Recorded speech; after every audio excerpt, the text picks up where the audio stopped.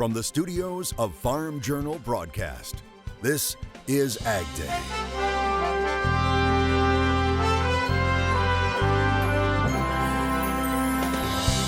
Coming up on AgDay, a family that takes conservation to a whole new level.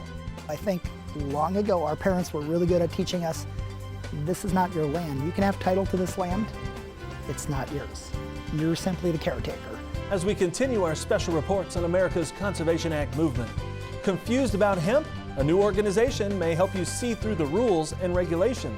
Plus new details regarding that Phase 1 trade agreement with China and when it could be signed.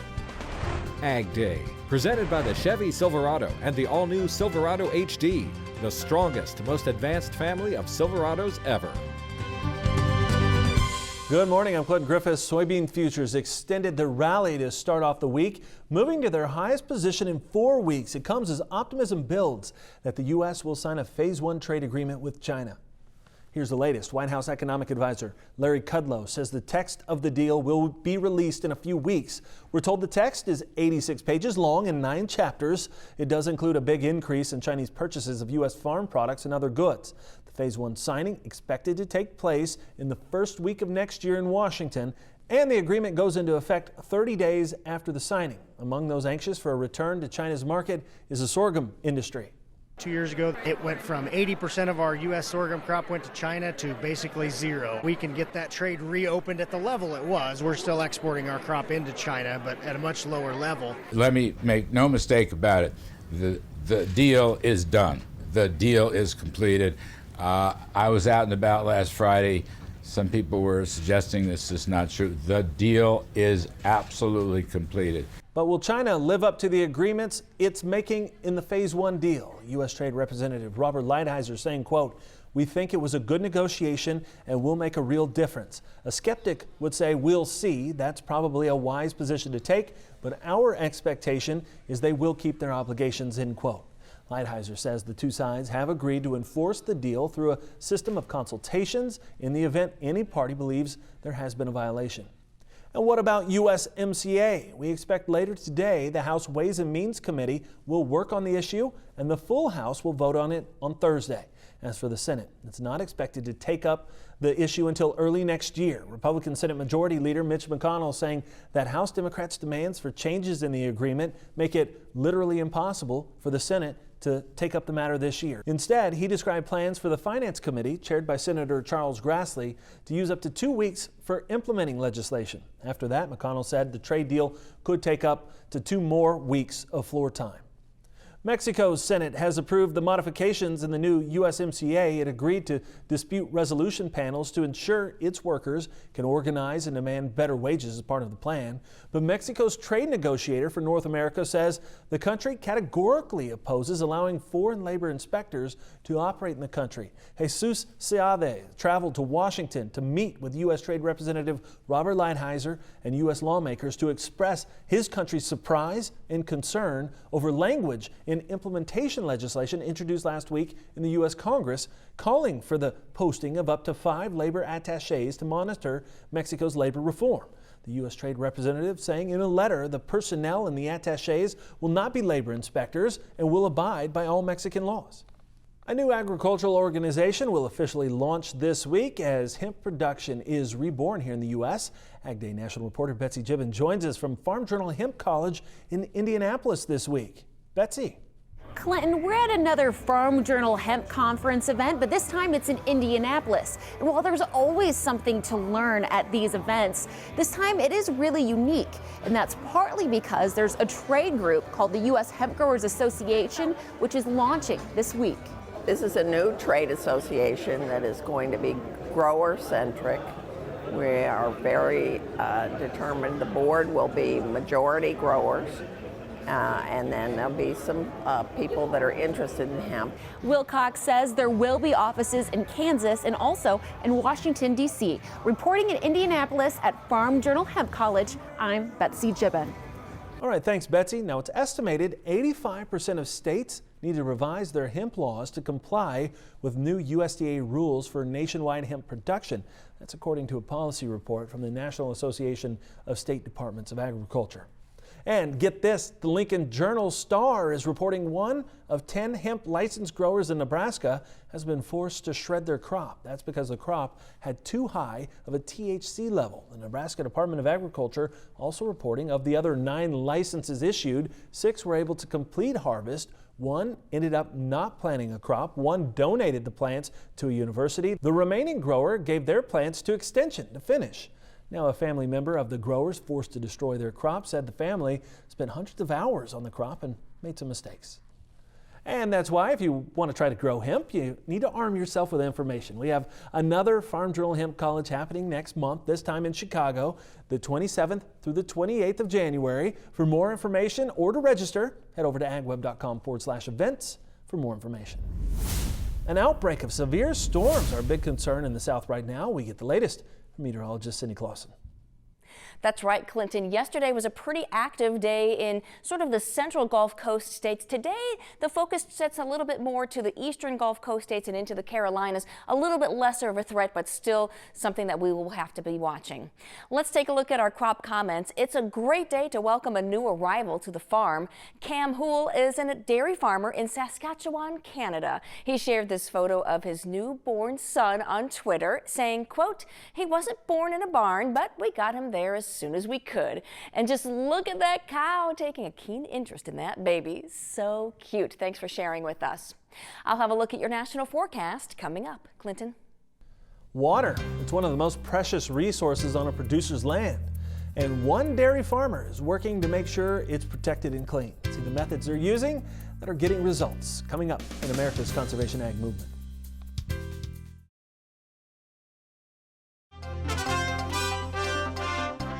Besides soybeans, corn also making some gains to start the week. Let's get the latest from the floor of the CME.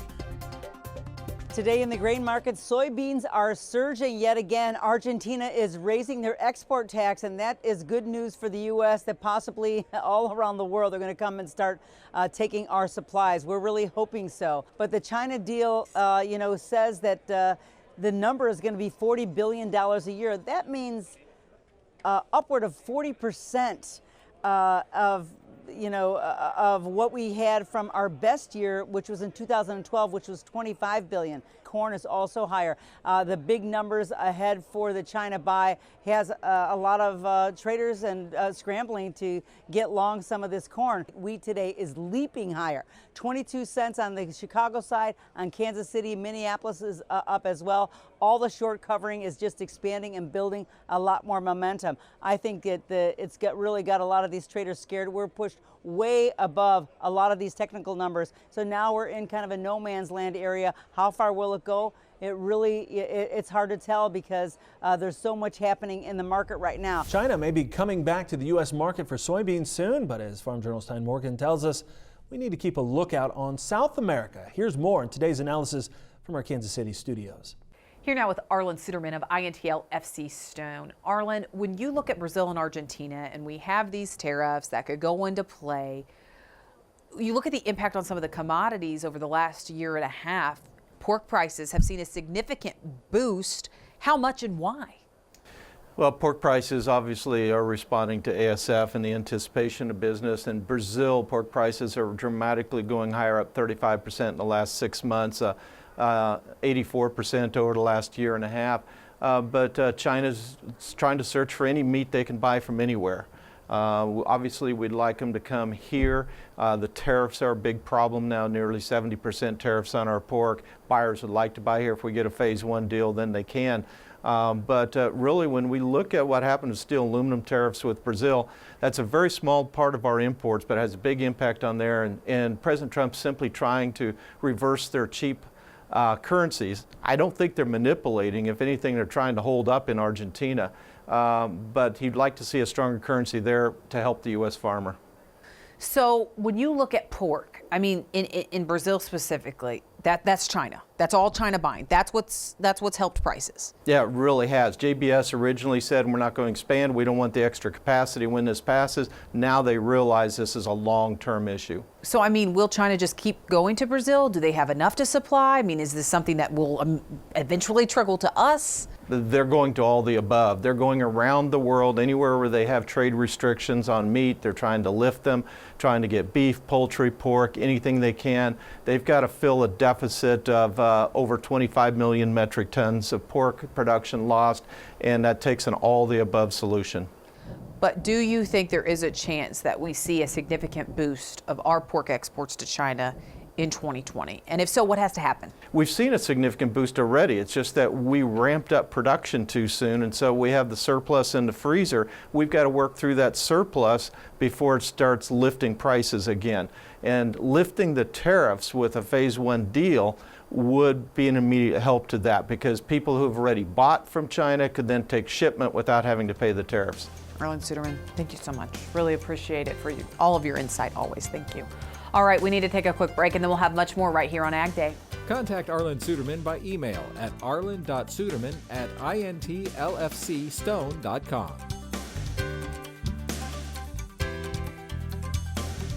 Closed captioning is brought to you by BASF.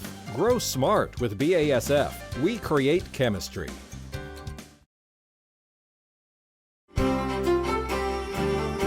Meteorologist Cindy Clausen taking a look at our national weather map. And Cindy, it's been kind of a turbulent couple of days here.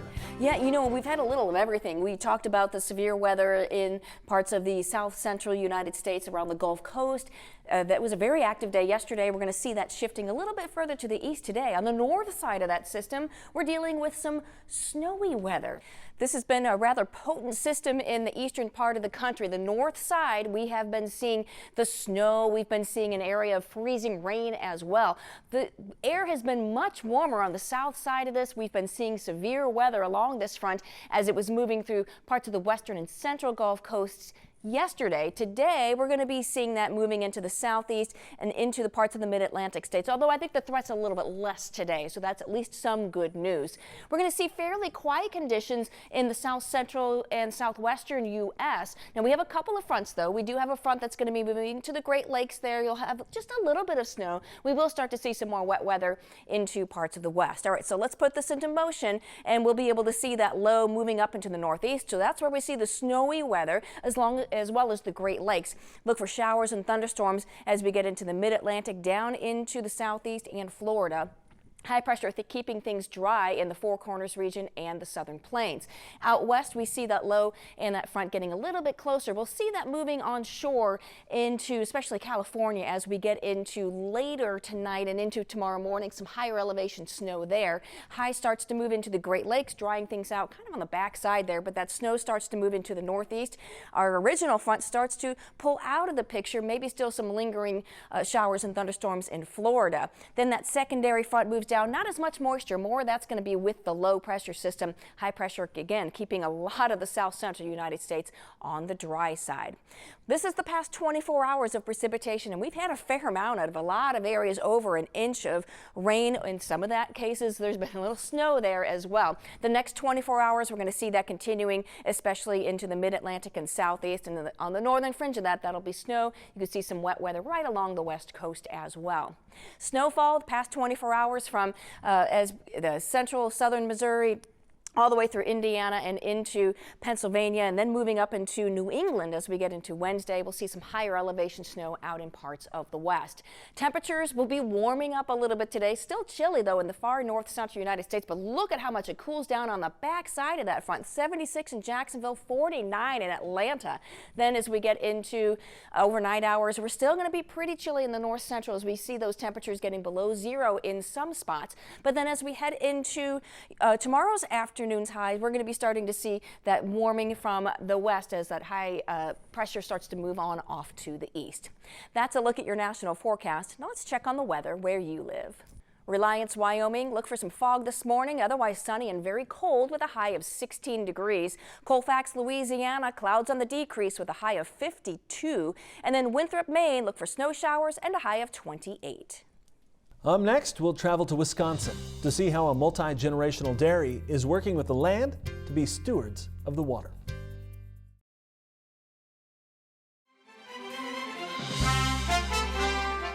America's conservation ag movement is brought to you by these great foundational partners, empowering resilient and sustainable agriculture. This week, we wrap up our series on America's conservation ag movement with a trip to Wisconsin. Kinnard Farms runs a dairy and grows forage for its herd along the banks of Lake Michigan. It's building a legacy that balances high production with intense resource management, an effort to protect the waters around them. So we've been milking at this one for 4 years now. The milking facilities at Kinnard Farms in Casco, Wisconsin were built for the long haul. And so probably 15 years ago, we sat down as a family and said, okay, hey, where's the future of this thing going? That conversation ended in an operation focused on comfortable cows. I like seeing quiet, laying down, cows going about their own business. And respecting the sustainable legacy his family started more than 70 years ago. I think long ago, our parents were really good at teaching us, this is not your land. You can have title to this land. It's not yours. You're simply the caretaker. Tending 13,000 acres of crops and a barn full of cows in the thumb of Wisconsin, surrounded by water, has plenty of challenges. Previous generations, half were fishermen, half were farmers. So we had a pretty early understanding that, hey, what we do on the land can indeed impact what happens on the water. Which is why their operation has been built from the ground up, with the environment in mind. They started no-tilling about 30 years ago. We did that, and we noticed probably by year number 7, year number 8, we were extensively soil testing at the time, which was pretty unheard of. We noticed that we could cut back on the number of inputs and still grow the same crop. Learning is also why Kinnard helped start Peninsula Pride Farms, a sustainability and water quality focused group of farmers. Learning from each other and experts like this recent field day about new ways to responsibly care for the land. The low disturbance manure applicator applies the manure and the nutrients to the soil without heavily disturbing the soil profile. Neighbor and fellow dairyman Tony Bry. We value water. We live here, we drink the water, so it's important to us for sure. Let's see what's working for this guy, what's not working for this guy, and I think more importantly, what's not working, because we all learn as much from the things that don't work as we do from the things that do. Back at the barn, a lot of learning went into this farm of the future, from ventilation to lighting controls, to the system that separates, cleans, and recycles the bedding sand. We haven't purchased sand in about 7 years. It goes round and round and round. A significant savings for both the environment and the bottom line. The farm is also recycling manure into a new partnership with DTE Energy. Soon, new digesters will be converting methane into compressed natural gas, which will then be trucked out and put into a nearby pipeline, rather than trying to create electricity on the farm and feed it into the grid. There's a lot less moving parts, which allows you to spend a little more, a lot more actually, on the upfront of the digesters themselves, really up the design, really make them efficient. Efficiency, whether it's the systems, So we're scraping up in the barns. the farms, The design on this is simple enough that I think it's going to be highly repeatable by other farmers. or the cows. We look at this cow as this magnificent recycling machine. Ultimately, we're looking to feed the world, using our cows as the tool. Kinnard Farms is building on its conservation legacy. We didn't realize it was called sustainability.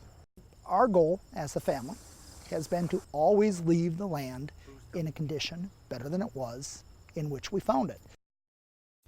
Coming up, he's making a list and checking it twice. And he now knows who's been naughty and who's been nice. We check in at the North Pole next.